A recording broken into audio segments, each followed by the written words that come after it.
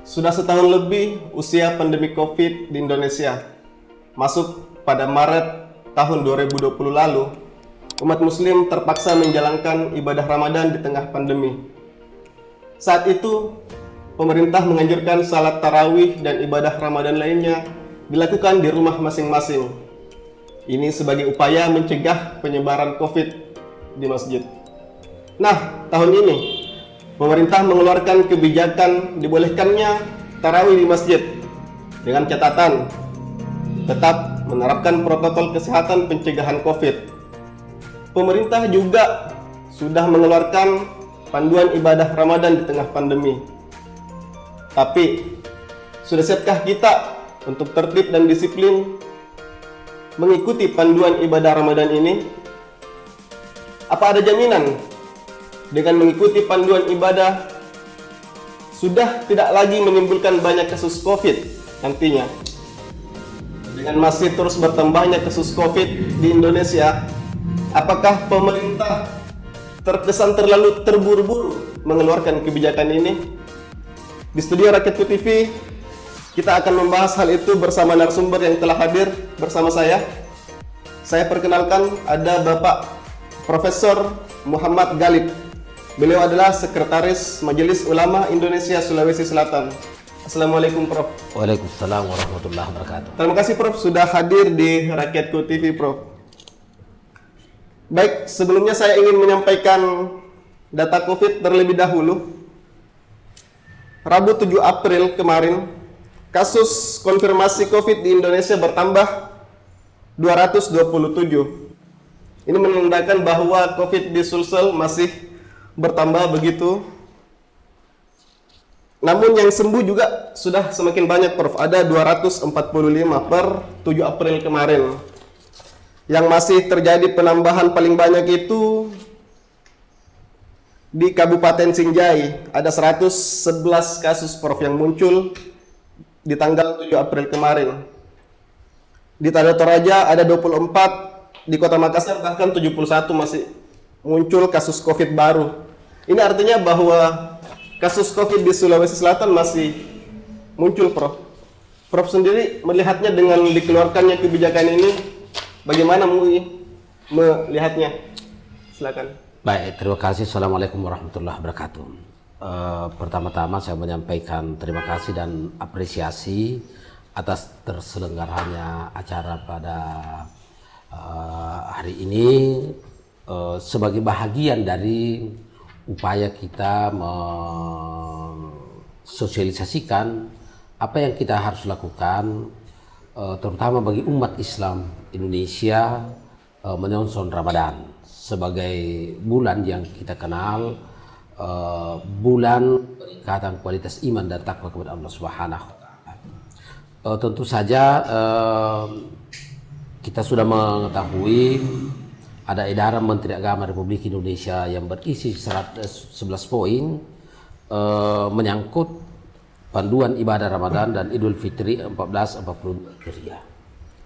Pada saat yang sama di tanggal 31 Maret, tanggal 18 Sya'ban, Majelis Ulama Indonesia melalui fatwa himbauan nomor 610 tahun 2021 menyangkut tausiah Majelis Ulama Indonesia menyambut Ramadan 1442. Ini juga sesungguhnya bersinergi dengan apa yang diedarkan oleh pemerintah untuk bersama-sama pertama meningkatkan kualitas iman dan takwa kepada Allah Subhanahu wa Ta'ala, khususnya bagi umat Islam, memelihara kesehatan baik jasmani maupun rohani. Jadi tentu saja salah satu hal yang harus dipahami, disadari oleh umat Islam dan masyarakat bahwa sekarang ini kita masih dalam suasana pandemi COVID-19. Saya bacakan sedikit, Prof, soal edaran Menteri Agama. Itu di ketentuan nomor 4 poin A. Saya bacakan, salat fardu 5 waktu, salat tarawih dan witir, tadarus Quran dan iktikaf itu boleh dilakukan dengan pembatasan jumlah kehadiran paling banyak 50% dari kapasitas masjid atau musalla, dengan menerapkan protokol kesehatan, menjaga jarak 1 meter antar jemaah. Ini bagaimana Prof soal kebijakan ini? Apakah memang MUI dengan melihat data kasus COVID yang masih muncul tadi, MUI terus tetap mendorong agar supaya tarawih di masjid itu dilaksanakan tahun ini, Prof? Jadi ini saya kira lebih rinci dari yang dikeluarkan oleh Menteri Agama Republik Indonesia. Majelis Ulama Indonesia dalam tausiah menyambut Ramadan ini pertama mengingatkan kepada seluruh umat Islam dan masyarakat untuk menjaga, memelihara, meningkatkan kesadaran bersama bahwa sampai saat ini kita masih dalam pandemi COVID-19. Nah, tentu juga kita mengetahui bahwa Majelis Ulama Indonesia sudah mengeluarkan fatwa nomor 14 tahun 2020 tentang bagaimana kita melaksanakan ibadah dalam pandemi COVID-19. Jadi itu tetap menjadi acuan pada tempat-tempat di mana tingkat penularan itu tinggi, itu tentu kita berharap untuk kita membatasi diri. Tetapi pada saat yang sama ketika di tempat itu dianggap sudah melandai, maka bisa lakukan dengan protokol kesehatan.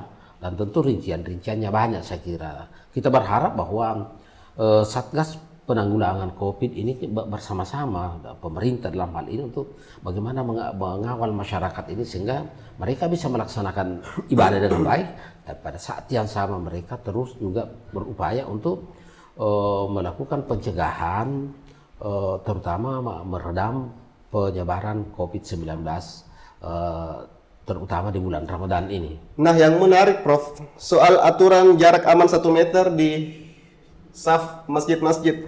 Sebenarnya aturan ini sudah dikeluarkan pemerintah jauh sebelumnya. Namun faktanya di Makassar sebagai kota besar yang awalnya itu muncul banyak kasus COVID, faktanya di masjid-masjid itu banyak yang tidak menerapkan protokol kesehatan seperti ini, Prof. Ya, jadi tentu saja kalau dalam kaitannya dengan Majelis Ulama ini kan Majelis Ulama mengeluarkan fatwa, membuat himbauan, ada tausiah. Kita berharap untuk implementasi dan penerapannya di lapangan itu secara bersama-sama dengan pemerintah, khususnya Satgas Penanggulangan COVID, agar kemudian aturan ini, himbauan dan fatwa ini dipatuhi oleh masyarakat. Tentu juga memang kita berharap bahwa seluruh pengurus masjid ini juga mematuhi itu. Jadi tidak sekedar bahwa kita semangat beribadah ini sangat tinggi, tetapi kita juga harus memelihara diri agar kita tidak tertular oleh virus, dan tentu juga kita berharap tidak menularkan begitu. Jadi saling memelihara, menjaga diri. Itulah sebabnya mengapa jaga jarak itu menjadi hal yang dipentingkan, meskipun pada saat yang sama bukan cuma itu, karena tetap misalnya pakai masker.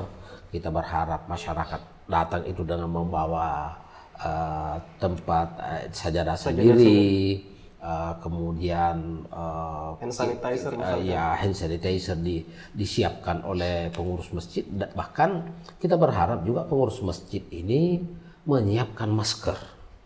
Ini menarik, Prof. Ya. Pengurus masjid menyiapkan masker. Kita akan lanjut setelah break berikut ini.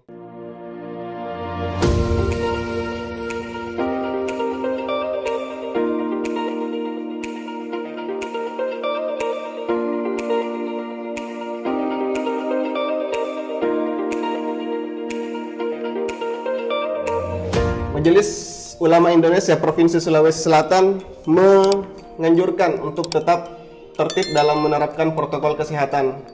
Bahkan MUI Sulsel mendorong seluruh pengurus masjid menyiapkan salah satunya masker, Prof, yang disampaikan tadi Prof Galip. Memang ini sejalan dengan ketentuan Kemenak dalam surat edaran Kemenak itu bahwa pengurus dan pengelola masjid sebagaimana angka 4 menunjuk petugas yang memastikan penerapan protokol kesehatan dan mengumumkan kepada seluruh jamaah seperti melakukan disinfektan secara teratur dan menyediakan sarana cuci tangan. Ini bagaimana, Prof, soal menyediakan masker ini, Prof? Mengapa kita menganjurkan pengurus masjid menyiapkan masker? Karena kita berharap bahwa suasana ukhuwah Islamiyah, suasana silaturahim, suasana kerukunan itu tetap terpelihara dengan baik. Khawatirnya ada jamaah yang sudah sampai di masjid dan lupa bawa masker. Tentu tidak bijak kalau disuruh pulang begitu. Akan lebih baik kalau ada cadangan dari pengurus masjid sehingga mereka diberi kesempatan untuk masuk ke masjid, tetapi sebelum dia masuk masjid dia menggunakan masker lebih dahulu. Jadi pengalaman kemarin Prof, di awal-awal pandemi itu ada di masjid-masjid bahkan jamaahnya disuruh pulang yang tidak bawa masker, yang tidak bawa sajadah sendiri. Ini mungkin menjadi pertimbangan juga untuk pemerintah provinsi menyiapkan. Iya, jadi Al-Quran mengajarkan bahwa menyampaikan Islam itu harus dengan hikmah, dengan santun, dengan pengajaran yang baik, dan kalau ada perbedaan didiskusikan dengan cara yang terbaik. Nah, saya kira ini salah satu hal di samping menyadarkan masyarakat bahwa kita masih dalam suasana pandemi COVID-19.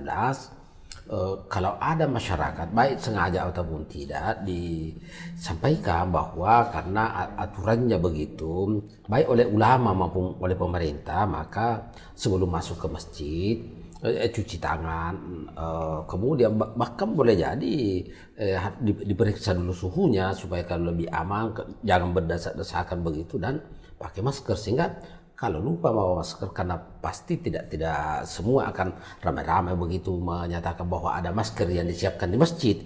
Jadi yang tidak bawa masker ya diberikan masker, kemudian dipersilahkan masuk ke dalam masjid. Nah, itu saya kira bahagian dari sosialisasi juga bahwa Islam ini mengajarkan kerahmatan, Islam mengajarkan kasih sayang, dan supaya kemudian tidak terjadi miskomunikasi dan kesalahpahaman di antara sesama begitu. Sekaligus menyukseskan program yang dilakukan secara bersama-sama untuk memelihara masyarakat dari tertular virus COVID-19. Nah, yang menjadi pertanyaan bahwa panduan Ramadan ini berlaku di seluruh Indonesia, khusus di Sulsel sendiri, Prof. Apakah panduan ibadah ini seperti menyiapkan sarana cuci tangan, menyiapkan masker dan sebagainya, itu mudah dilakukan oleh Dewan DKM Masjid di daerah-daerah, Prof? Nah, kita berharap sebenarnya seperti itu. Jadi karena begini, pembinaan keagamaan ini kita ada Majelis Ulama, ada ormas-ormas Islam, ada Kementerian Agama, ada pemerintah, ada Satgas Penanggulangan COVID. Ini diharapkan bersinergi untuk bersama-sama mengawal, mengarahkan masyarakat kita untuk mematuhi ketentuan-ketentuan itu. Dan makanya saya kira bahagian yang sangat penting juga bahwa ceramah-ceramah Ramadan ini seperti dalam himbauan Majelis Ulama itu, bahwa ini juga secara terus-menerus diingatkan oleh mubalik agar protokol kesehatan itu dipatuhi oleh masyarakat. Jadi dalam dakwah itu selalu, terutama saya kira ketika ada masyarakat yang kesannya bahwa ini belum mengikuti protokol kesehatan, kita berharap mubaliknya juga mengingatkan, pengurus-pengurus masjidnya juga mengingatkan begitu, supaya suasana Ramadan ini berlangsung dengan baik. Karena ada yang berbeda dari yang lalu. Kalau yang lalu itu memang begitu diharapkan kalau suasananya agak tinggi itu penyebarannya, ya diharapkan di masjid, di rumah saja. Nah, sekarang ini dengan new normal ini ya tetap protokol kesehatan, tapi pada saat yang sama kita berharap juga kalau ada umat jamaah yang kurang sehat, demam, meskipun belum tentu positif, diharapkan untuk tidak ke masjid. Itu juga bagian-bagian yang sangat penting saya kira terkait dengan pelaksanaan ibadah Ramadan ini. Nah, itu menarik, Prof. Soal jika ada jamaah yang positif COVID, tidak diharapkan untuk tidak ke masjid terlebih dahulu. Saya bacakan Menteri Menko PMK Muhadjir Effendi beberapa hari yang lalu menyebut boleh tarawih di masjid, asalkan jemaahnya dari lingkup komunitas yang saling kenal. Bahkan tegas Pak Menko mengatakan bahwa jemaah di luar dari lingkungan masjid sekitar itu tidak diizinkan untuk salat tarawih di masjid, Prof. Ini sejalan dengan apa yang Prof sampaikan tadi, bahwa jika ada jemaah yang sedang positif COVID itu diharapkan untuk tidak ke masjid dulu. Bagaimana model pengawasannya, Prof, di lapangan? Nah, itulah sebabnya saya kira kalau ini tentu pertama masyarakat, jadi jangankan positif, kalau mereka merasakan bahwa kurang enak badan, ya batasi untuk ke masjid, karena khawatirnya itu kemudian menularkan itu, meskipun belum tentu COVID. Jadi begitu kurang sehat, diharapkan ibadahnya di rumah. Tetapi tentu juga memang pemeriksaan suhu juga itu akan bagus sekali kalau itu bisa dilakukan. Tempat cuci tangan itu disiapkan dan ada petugas di situ. Ada bagian dari petugas Amalia Ramadan itu yang mengarahkan masyarakat, sehingga kemudian masyarakat tidak merasa tertekan, tetapi kemudian diayomi begitu, diarahkan dengan baik, sehingga suasananya Ramadan ini tetap berlangsung khidmat meskipun dengan new normal begitu, berbeda dari tahun-tahun sebelumnya. Saya kira seperti itu. Baik Prof, kita akan melanjutkan lebih teknis lagi soal tarawih di masjid Prof. Bagaimana bentuk tanggung jawab MUI dan pemerintah daerah tentang pengawasannya di lapangan Prof. Kita akan kembali setelah pariwara berikut ini.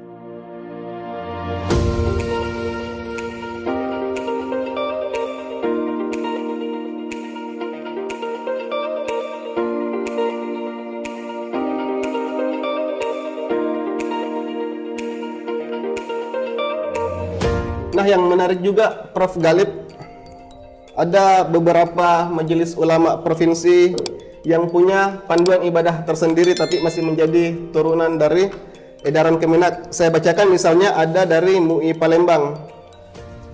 Warga yang ingin melakukan ibadah tarawih di masjid itu wajib membawa mukena dan sajadah sendiri. Kemudian MUI Bali, tarawih boleh hanya untuk pria, jadi untuk wanita itu diharapkan untuk tidak tarawih di masjid dulu Prof. Wanita di rumah saja. Bahkan untuk pria saja itu hanya dibolehkan untuk pria 10 tahun ke atas. Nah, ini lebih eksplisit lagi di MUI Bali ini Prof. Kemudian ada MUI Jabar, yang boleh tarawih di masjid itu hanya warga lingkungan sekitar. Jemaah dari luar tidak diizinkan ikut tarawih. Nah, bagaimana dengan MUI Sulsel sendiri Prof? Apa akan ada panduan ibadah tersendirinya nanti? Jadi sebenarnya kita berharap bahwa pelaksanaan Amaliyah Ramadan bahkan juga ibadah Jumat, karena ini kan include Jumat, ada salat jamaah 5 kali sehari semalam begitu, jadi bukan cuma yang tarawih. Betul. Prinsipnya itu sama sebenarnya. Kita berharap menghindari untuk kemudian untuk jamaah-jamaah dari luar itu kalau memungkinkan mereka berada di tempatnya. Tapi kalau mereka tidak berada di tempatnya, itulah sebabnya mengapa protokol kesehatan itu menjadi penting. Termasuk tadi menyiapkan masker. Ya, Prof, itu. Jadi kalau ada jamaah dari luar tidak membawa masker, itu diberikan masker Prof. Iya, karena tentu kurang bijak kalau jamaahnya sudah ada di masjid, lalu karena dia bukan orang dari situ lalu disuruh pulang begitu. Tetapi kalau mereka dari segi suhunya tidak ada masalah, kemudian sehat, kemudian mereka sudah ada di masjid di situ dan mau beribadah di situ, ya maka protokol kesehatan itu dipenuhi. Tentu mungkin untuk sesaat begitu yang ini, tetapi untuk prinsipnya ini kan kita banyak kompleks-kompleks dan pada umumnya ya warga kompleks itu yang ada di situ. Nah, diharapkan warga di sebuah kompleks itu kalau memungkinkan ya mereka menjadi jamaah tetap saja di situ, tidak usah keluar. Jadi memang itu kecuali kalau ada hal yang sangat penting. Karena begini, penceramah kita ini juga kan seperti itu. Jadi tidak monoton di satu tempat. Betul. Jadi dia keliling ke masjid juga. Mobilitasnya tinggi, maka protokol kesehatan itulah yang menjadi sangat penting. Jadi kalau mungkin misalnya penceramahnya dari dalam, kemudian jamaahnya dari dalam, itu kan tentu lebih baik. Tetapi dalam hal-hal tertentu itulah protokol kesehatan itu terapkan secara ketat. Nah, yang menarik juga Prof, di awal-awal Ramadan itu kebanyakan masjid-masjid itu membeludak di tarawih pertama, bahkan di seminggu pertama itu euforia dari umat muslim untuk tarawih itu sangat besar. Mungkin ini juga menjadi tantangan dari pengurus masjid tersendiri, Prof. Tapi saya memastikan dulu, Prof, terkait ibadah Ramadan yang dibolehkan. Tarawih dibolehkan, ceramah Ramadan dibolehkan. Buka puasa bersama di masjid, Prof? Ya, jadi buka bersama di masjid ini tentu juga bisa dilakukan itu dengan protokol kesehatan Buka juga. puasa bersama boleh, Prof, ya? Iya, karena begini, itu kan sesungguhnya lebih sedikit jumlahnya dari yang ikut salat Tarawih, betul. tarawih itu, jadi lebih sedikit. Jadi akan banyak jamaah kita kesempatan berkumpul keluarga itu akan memilih di rumah, tetapi kan mungkin ada pengurus masjid di situ yang tetap ada di masjid, ya itu. Jadi prinsipnya saya kira kalau untuk buka puasa bersama ini di masjid tidak terlalu banyak jamaahnya, sehingga lebih mudah diatur begitu. Jadi prinsipnya tetap tetap dengan protokol kesehatan itu. Tapi apakah kebijakan ini, Prof, sudah disebarluaskan atau diberlakukan di 24 kabupaten kota di Sulsel? Jadi nanti kita akan menyampaikan juga kepada jadi pengurus Majelis Ulama atau Majelis Ulama itu di kabupaten kota untuk kemudian diatur ke bawah, karena prinsipnya sebenarnya buka puasa bersama ini meskipun tidak disebutkan, tetapi kalau misalnya salat jamaahnya itu dibolehkan, tentu juga ini bisa, karena lebih mudah mengatur jaraknya, jumlahnya lebih sedikit, sehingga potensi untuk kemudian terjadi penularan ini tentu lebih sedikit, karena itu juga tidak lama juga begitu. Karena memang juga kita berharap, mengapa ceramah itu harus dibatasi supaya begitu selesai kan mereka pulang begitu ya. Jadi makanya kita berharap misalnya ada ceramah ya jangan melewati 15 menit begitu. Jadi ceramahnya singkat, to the point, sehingga masyarakat bisa memahami. Pada saat yang sama mereka juga bisa terpelihara dari katakanlah wabah itu, penyebaran COVID-19. Baik, Prof. Kita akan lebih dalam lagi terkait bagaimana pengawasan pemerintah, MUI maupun Satgas itu panduan ibadah ini tertib dilaksanakan di 24 kabupaten kota, Prof. Kita akan lanjut, kita break sejenak.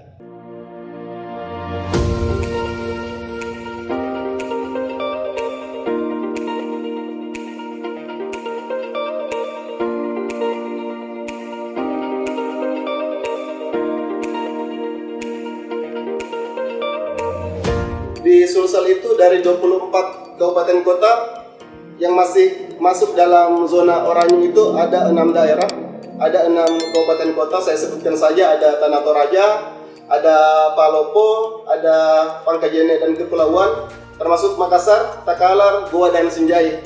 Kemudian resiko rendah atau zona kuning itu 18 daerah. Untuk penularan yang terkendali atau zona hijau itu 0 di Sulsel, artinya ini masih ada penyebaran COVID di Sulawesi Selatan. Namun pemerintah dan bahkan MUI sendiri mendorong adanya tarawih di masjid. Apakah ini tidak terkesan terburu-buru, Prof? Ya, jadi sebenarnya tausiah yang baru saja dikeluarkan ini menempatkan pada poin pertama tentang pentingnya kesadaran seluruh jamaah bahwa kita ini memasuki Ramadan, dan amalia-amalia Ramadan ini masih dalam pandemi COVID-19. Karena itu diperlukan adaptasi dalam kegiatan kita, baik dalam hal aktivitas sosial dan tentu secara lebih khusus bagaimana kita beribadah pada bulan Ramadan ini. Jadi kita tidak menganjurkan masyarakat untuk berbondong-bondong ke masjid. Jadi ada masyarakat yang karena kondisi kesehatannya itu terganggu, disarankan untuk di rumah saja. kalau ada daerah-daerah yang masih tinggi penularannya, itu kan masih ada Fatwa Majelis Ulama nomor 14 tahun 2020 ya. Yang zona oranye ini, Prof? Iya. Jadi itu sudah bisa dilakukan, tetapi inilah yang dikatakan bahwa kita melakukannya dengan protokol kesehatan Pengawasan yang ketat. Nah, Apakah ada evaluasi berkala setiap hari dilakukan? Nah, tentu saja memang yang punya kewenangan lebih banyak ini adalah Satgas Penanggulangan COVID. Jadi kita berharap, jadi apakah MUI mendorong itu?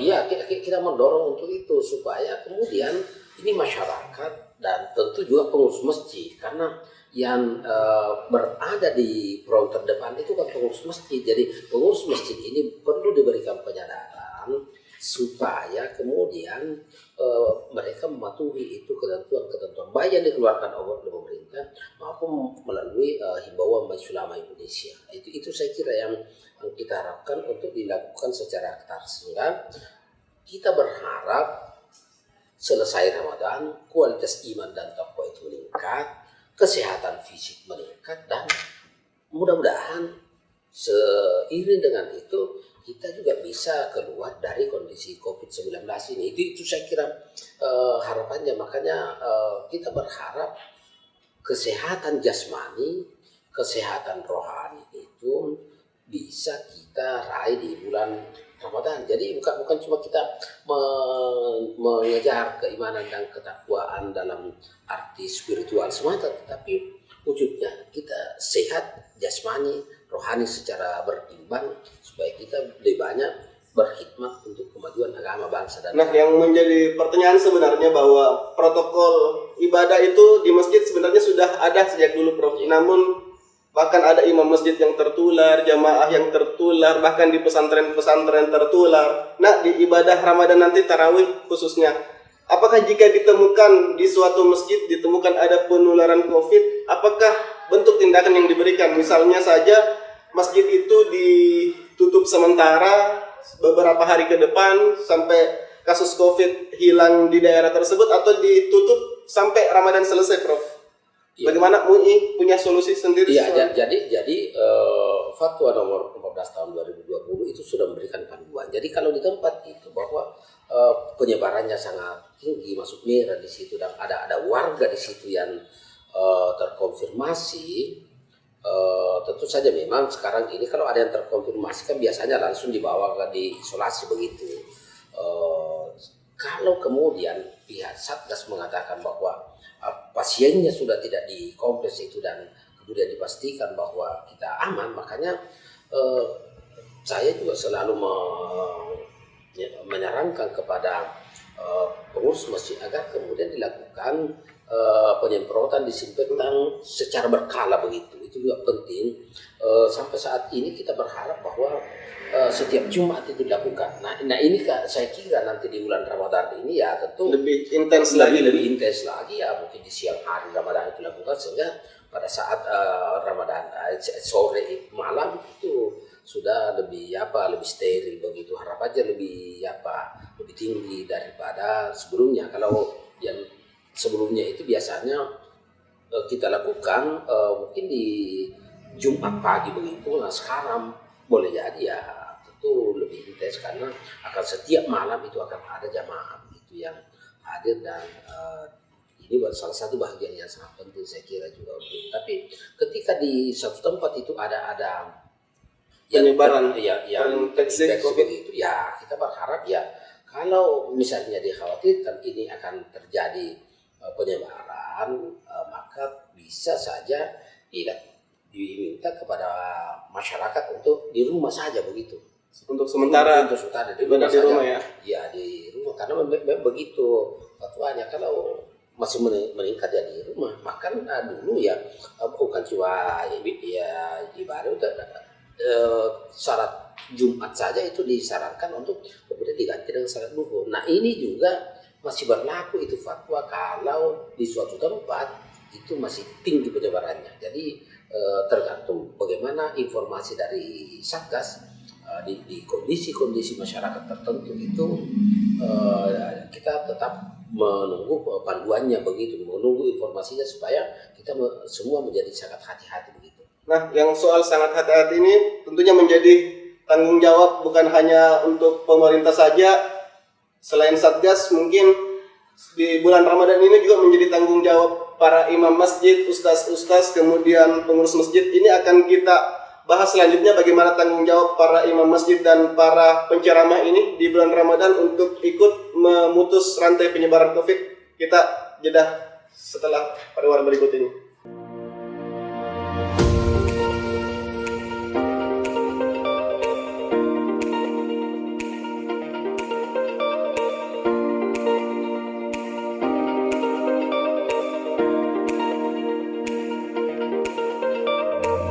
Tentunya penyebaran COVID ini menjadi tanggung jawab kita semua, tidak hanya pemerintah, Satgas, dan pihak terkait.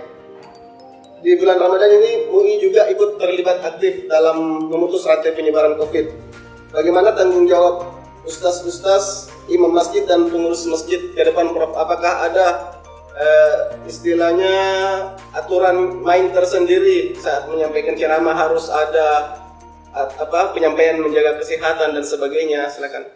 Ya, terima kasih. Jadi dari tausiah MUI menyambut Ramadan 1442 Hijriah ini, pada poin keempat itu sesungguhnya ada dua hal penting yang sangat strategis menurut saya yang harus disampaikan, dan ini ditekankan secara eksplisit.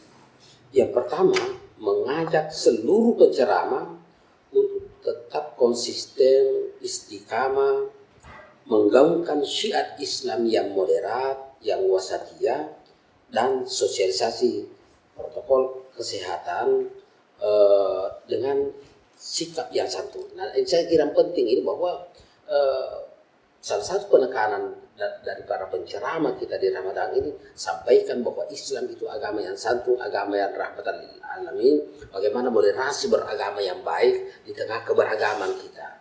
Yang kedua, sosialisasikan secara terus menerus protokol kesehatan, diingatkan masyarakat secara terus menerus untuk mensosialisasikan pentingnya protokol kesehatan, tapi caranya harus yang santun, yang enak didengar dan tidak menyinggung perasaan. Jadi ini saya kira bagian yang kita berharap bahwa mubalik kita juga ini memahami ini dan menyampaikannya dengan baik kepada masyarakat kita. Itu secara eksplisit disebutkan dalam tausiah ini. Nah, terakhir, bagaimana harapan dari Majelis Ulama Sulsel terkait agar supaya ibadah Ramadan kita tetap lancar, namun jangan lupa untuk tetap patuh protokol kesehatan? Silakan, Prof. Ya, jadi terima kasih pada kesempatan yang sangat berharga ini. Di samping saya kira protokol kesehatan Ahmadiyah Ramadan, yang pertama kita juga menghimbau sesuai dengan tausiah Majelis Ulama Indonesia bahwa agar seluruh masyarakat Islam bayar zakat, infak, sedekah, wakaf itu kalau bisa lebih awal begitu, lebih awal sehingga bisa disalurkan dengan baik. Yang kedua, mengajak seluruh masyarakat untuk menyukseskan vaksin COVID-19, dan kami lakukan pada siang hari Ramadan. Tidak usah khawatir karena Fatwa Majelis Ulama mengatakan bahwa puasa itu tidak batal sesuai dengan Fatwa nomor 13 tahun 2021. Kemudian Majelis Ulama Indonesia memberikan tausiah agar mematuhi dan mendorong kebijakan pemerintah tentang pembatasan mobilitas massa untuk liburan dan mudik. Kemudian mengajak umat Islam agar memanfaatkan bulan suci Ramadan untuk berzikir, berdoa, muhasabah, dan mudah-mudahan dengan Ramadan ini meningkatkan keimanan dan takwa kepada Allah Subhanahu wa taala, meraih kemenangan dan mengalahkan hawa nafsu serta berusaha keluar dari COVID-19. Baik. Itu tadi penyampaian dari Majelis Ulama Indonesia Sulawesi Selatan, bagaimana MUI juga ikut mengajak masyarakat untuk jangan takut divaksin ya, Prof. Vaksin itu aman dan halal. Kemudian mendorong bagaimana masyarakat mengurangi mobilitas saat libur Ramadan nanti. Tentunya ini menjadi harapan kita bersama, Prof. Bagaimana Ramadan kita tetap lancar penyebaran COVID Sulawesi Selatan itu segera berakhir, Prof. Itu tentu menjadi harapan kita semua. Saya juga mengajak kepada kita semua untuk menyukseskan program pemerintah Kota Makassar, yaitu Makassar Recover Paduliki Salamaki. Terima kasih Prof. Galip, Sekretaris Majelis Ulama Indonesia Sulawesi Selatan telah hadir di Rakyat TV. Saya Fatul Khair, pamit undur diri. Assalamualaikum.